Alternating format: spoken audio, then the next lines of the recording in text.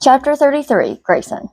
Mrs. Kingston has her 3 kids stay behind so she can have a word alone with them before we go back to school. The twins hand their keys off to Daniel and Oliver so the rest of us can load up while we wait on them. I tell Oliver I'm going to the bathroom and we'll be out in a minute. He raises an eyebrow at me but nods anyway. I sit in the mudroom waiting for Lynn. I untie my shoes since I didn't bother when I took them off earlier. I fiddle with the laces while I wait for them. I send a text to Daniel and Oliver letting them know what I'm planning.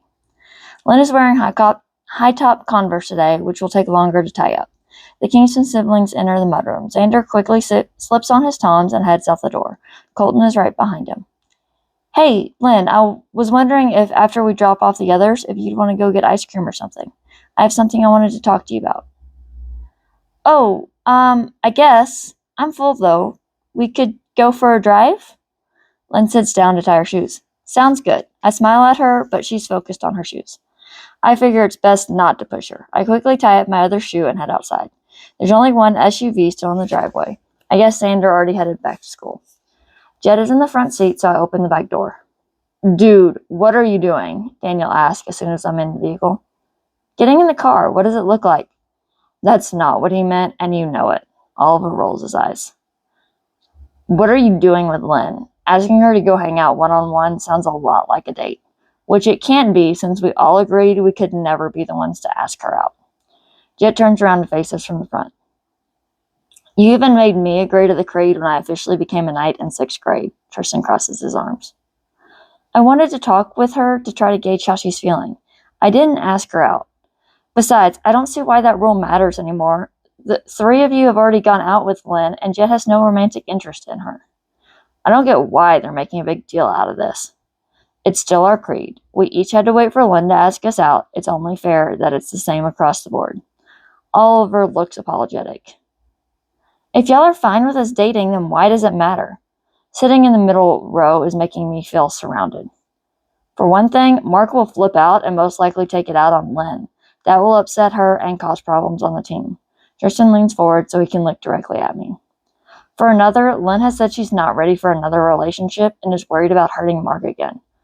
Daniel turns his back to the car doors to better face me. So I need to wait until Mark moves on before I can be with Lynn? How is that fair? I grumble. It's not fair, but it's for the best, Oliver says. Besides, if you ask her out now, one of 2 things will happen. She'll say no because she thinks it's too soon. Or she'll say yes, and Mark will blow up. She'll then break up with you because she doesn't want to hurt Mark. Do you want to be like Jason McCall, where you and Lynn kiss a few times before she feels guilty about it, then ends things? Daniel asked.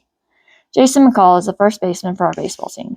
He and Lynn had a fling last year after Lynn broke up with our pitcher, Josh Wicks.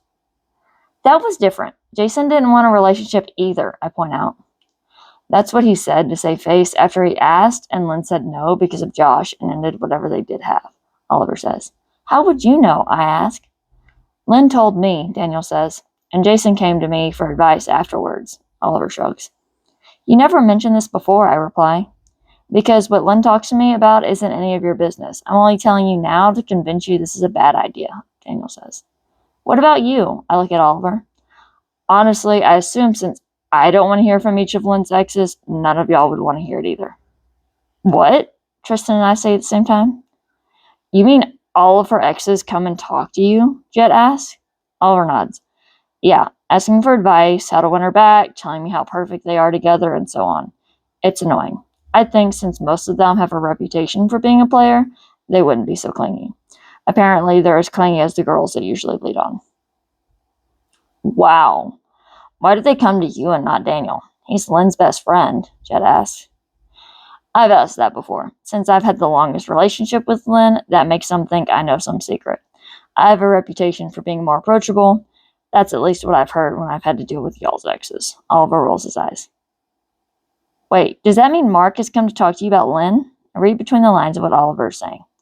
Yeah, Wednesday morning, which is how I know it'll be bad if you start dating Lynn less than a week after they broke up. You need to wait until after homecoming at least. Hopefully Mark will move on with someone at the dance, and it'll be better if he gets over Lynn before she dates someone new. Especially anyone on the team, Oliver says. It wouldn't go over well if we spent all week telling him that we're going in a group as friends, then you show up as Lynn's date on Saturday. Fine, I'll wait and see how Saturday goes. I try not to pout. Are we not going to address Oliver having to deal with our exes? Daniel types something out on his phone. Jet shrugs. I'd rather them bother him about why we should get back together than bother me. Neither approach is going to get them anywhere anyway. This way, they aren't bugging me. Which would be why I haven't brought it up before. You'd think by now the female population of Carson Valley would know none of you are relationship material, but they never learn and seem to think that they're going to be the one that gets you to change. When you move on, they come to me thinking because I know how to commit that I have the ability to make y'all do the same.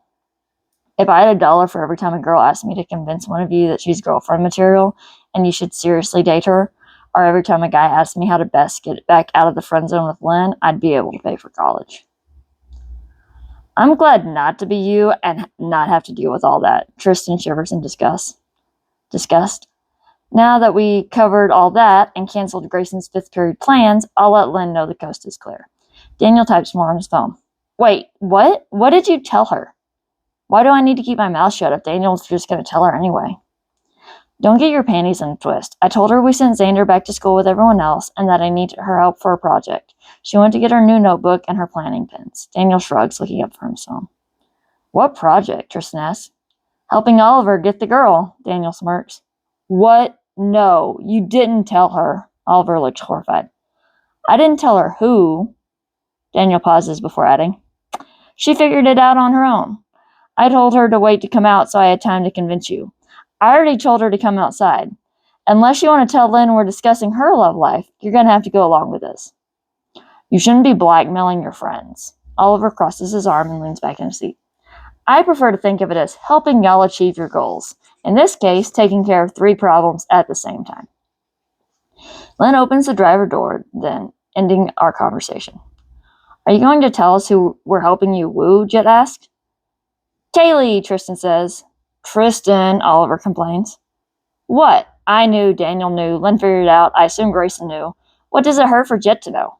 Tristan raises his hands in defense. I had no idea Oliver liked anyone, much less that he liked Kaylee. I feel like I'm being a bad brother, especially if Daniel knew and I didn't. Tristan is one thing because he's Oliver's best friend. Finding out at the same time as Jet sucks. Definitely a bad brother since Oliver and Kaylee were eating at the same table in front of me and I didn't notice anything when Lynn did. I guess I'm too focused on Lynn. Yeah, and I need to know who we're talking about if I'm going to help, Jet says. You wouldn't know a relationship if it bit you. Why would I need your help? Oliver rolls his eyes. I tune them out as they start to bicker. Lynn starts driving towards the school. I'm glad we're focusing on Oliver's love life now. I'm now feeling like all the positive signs I've noticed were in my head, and Lynn still sees me as a friend. She pulled away from me when I brushed her arm during lunch, but I thought that was because her mom was there. I thought she'd been keeping her distance because of Mark's words on Wednesday, but I hope that will blow over soon. I get what the guys are saying about waiting and being patient with Lynn.